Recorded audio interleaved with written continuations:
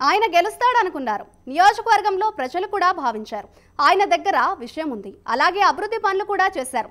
అసెంబ్లీలో హుందాగా మాట్లాడేవారు. ఆర్థిక మంత్రిగా రాణించారు. వివాదాల జోలికి వెళ్ళని మంత్రిగా పేరు తెచ్చుకున్నారు. కుటుంబ నేపథ్యం కూడా మంచిదే. తన మంచితనంతో జిల్లాలోనే కాక రాష్ట్ర వ్యాప్తంగా వార్తల్లో నిలిచారు. అయినా ఆ పార్టీ అధినేత వల్ల ఓటమి చెందారు. కూటమి దెబ్బకి ఆయన పరాజయం పాలయ్యారు. ఇంతకీ ఎవరా నేత, ఏంటా కదా? Let's watch this story.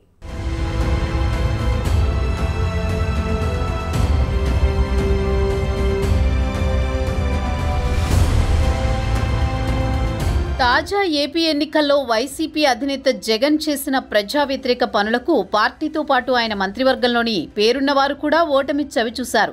వాళ్లలో బుగ్గన రాజేంద్రనాథ్ రెడ్డి ఒకరు. ఏపీలోని గత వైసీపీ ప్రభుత్వంలో ఆర్థిక మంత్రిగా పనిచేశారు. మంచి పేరు తెచ్చుకున్నారు. నియోజకవర్గంలో కూడా అభివృద్ధి పనులు చేశారు. అయినా ఓటమి చెందారు. స్వాతంత్ర్యానికి పూర్వం నుండి భారత రాజకీయాలతో ముడిపడి ఉన్న కుటుంబ నేపథ్యం బుగ్గన వాళ్లది. సుప్రసిద్ధ తెలుగు సినిమా దర్శకుడు కేవీ రెడ్డి బుగ్గన రాజేంద్రనాథ్ రెడ్డికి తాతయ్య. దీంతో తాను కూడా రాజకీయాల్లోకి రావాలని కోరుకున్నాడు.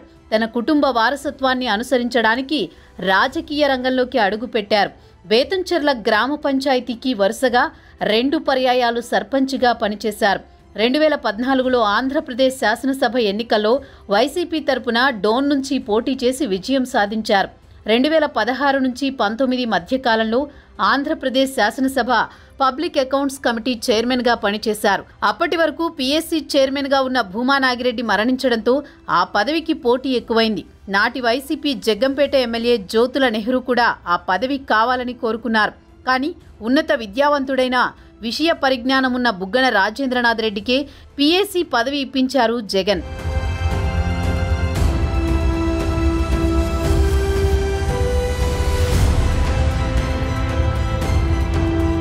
బుగ్గన రాజేంద్రనాథ్ రెడ్డి తెలుగు, హిందీ, ఇంగ్లీష్, కన్నడ భాషలలో నిష్ణాతుడు. మృదు స్వభావిగా పేరున్న రాజేంద్రనాథ్ రెడ్డి శాసనసభ చర్చల్లో సరళమైన చలోక్తులతో విషయ పరిజ్ఞానంతో కూడిన ప్రసంగాలు చేసేవారు. స్వపక్ష, ప్రతిపక్ష సభ్యులందరి మన్ననలు చూరగొన్నారు. శాసనసభ సంప్రదాయాలు, విలువలు తూచా తప్పకుండా పాటించేవారు. బుగ్గన రాజేంద్రనాథ్ రెడ్డి 2019లో ఆంధ్రప్రదేశ్ మంత్రివర్గంలో ఆర్థిక శాఖ మంత్రిగా బాధ్యతలు చేపట్టారు. మంత్రిత్వ శాఖల పునర్వ్యవస్థీకరణలో భాగంగా 2021లో ఆర్థిక ప్రణాళిక శాఖలతో పాటు వాణిజ్య పన్నుల శాఖను కూడా అదనపు బాధ్యతలు అప్పగించారు. అయినా ఆ శాఖను కూడా సమర్థవంతంగా నిర్వహించారు. రాజేంద్రనాథ్ రెడ్డి వివాదాల జోలికి ఎప్పుడూ వెళ్లేవారు కాదు. దీంతో ప్రతిపక్షంలో ఉన్న నేతలు కూడా రాజేంద్రనాథ్ రెడ్డిని గౌరవించేవారు. బడ్జెట్ ప్రసంగంలో తనదైన ముద్ర వేశారు రాజేంద్రనాథ్ రెడ్డి. 5 ఏళ్లు ఆర్థిక మంత్రిగానే కొనసాగారు. జగన్ మంత్రివర్గంలో చాలా మంది సభ్యులపై అనేక ఆరోపణలు వచ్చాయి. కానీ బుగ్గన మీద ఒక్క ఆరోపణ కూడా రాకపోవడంతో విశేషంగా చెప్పొచ్చు. అయినప్పటికీ ఆయన సైతం ఓటమి చవి చూడాల్సి వచ్చింది.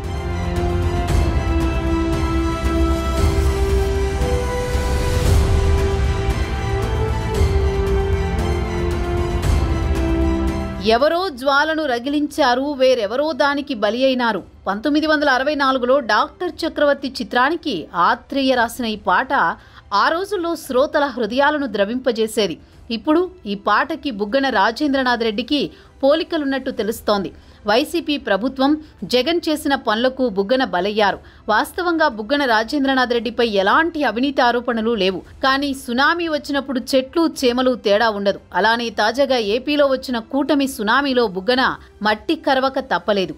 వైసీపీలో కొందరు నేతలు చంద్రబాబు, పవన్ కళ్యాణ్, లోకేష్లపై వ్యక్తిగత విమర్శలు చేశారు. వాళ్ల క్యారెక్టర్ను హననం చేశారు. కుటుంబంలోని మహిళల జోలికి వెళ్లారు. ముఖ్యంగా జగన్, పవన్ కళ్యాణ్ పెళ్లిళ్లపై బాగా మాట్లాడేవారు.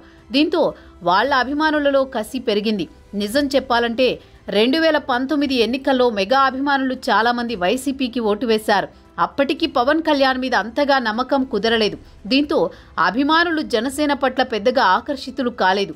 కానీ వైసీపీ అధికారంలోకి వచ్చిన తర్వాత పవన్ కళ్యాణ్ను వైసీపీ శ్రేణులు వ్యక్తిగతంగా టార్గెట్ చేశాయి. దీంతో వాళ్లలో పవన్ పట్ల ప్రేమ పెరిగింది. దానిని ఓట్ల రూపంలో చూపించారు. ఇలా పార్టీ చేసిన తప్పులు, సంక్షేమం వద్దు, అభివృద్ధి వద్దు అనే జగన్ సూత్రం లాంటి వాటితో బుగ్గన రాజేంద్రనాథ్ రెడ్డి లాంటి వాళ్లు ఓటమి బాట పట్టారు.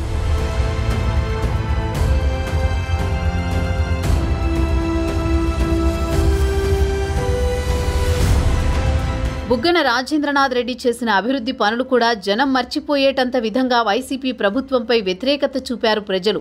డోన్ నియోజకవర్గ ప్రజల కోసం 100 పడకల ఆసుపత్రి ఏర్పాటు చేశారు. డోన్ ప్రజల చిరకాల కోరిక గోరుకల్లు జలాశయం నుంచి తాగునీరు అందించారు.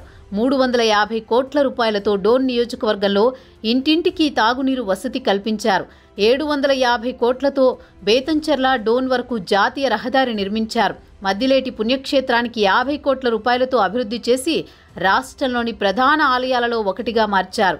తాను 5 ఏళ్లలో నియోజకవర్గానికి ఏం చేసింది ప్రతి గ్రామానికి వెళ్లి ఎల్ఈడీ స్క్రీన్ మీద ప్రదర్శించారు. విపక్ష నాయకులకు కూడా సవాల్ విసిరారు. తన నియోజకవర్గం వచ్చి ఎవరైనా తాను చేసిన అభివృద్ధి పనులు చూడవచ్చు అని ప్రకటించారు. తాను చేసిన అభివృద్ధి పనులే తనను గెలిపిస్తాయని నమ్మారు బుగ్గన. అభివృద్ధికి చిరునామాగా డోన్ను మార్చారు. తాను ఒకటి తలిస్తే దైవం ఒకటి తలిచినట్లు జగన్ చేష్టలతో ఆయన కూడా పరాజయం పాలయ్యారు. ఈ విషయంలో పాపం బుగ్గన అని నియోజకవర్గంలో ప్రజలు అనుకుంటున్నారు.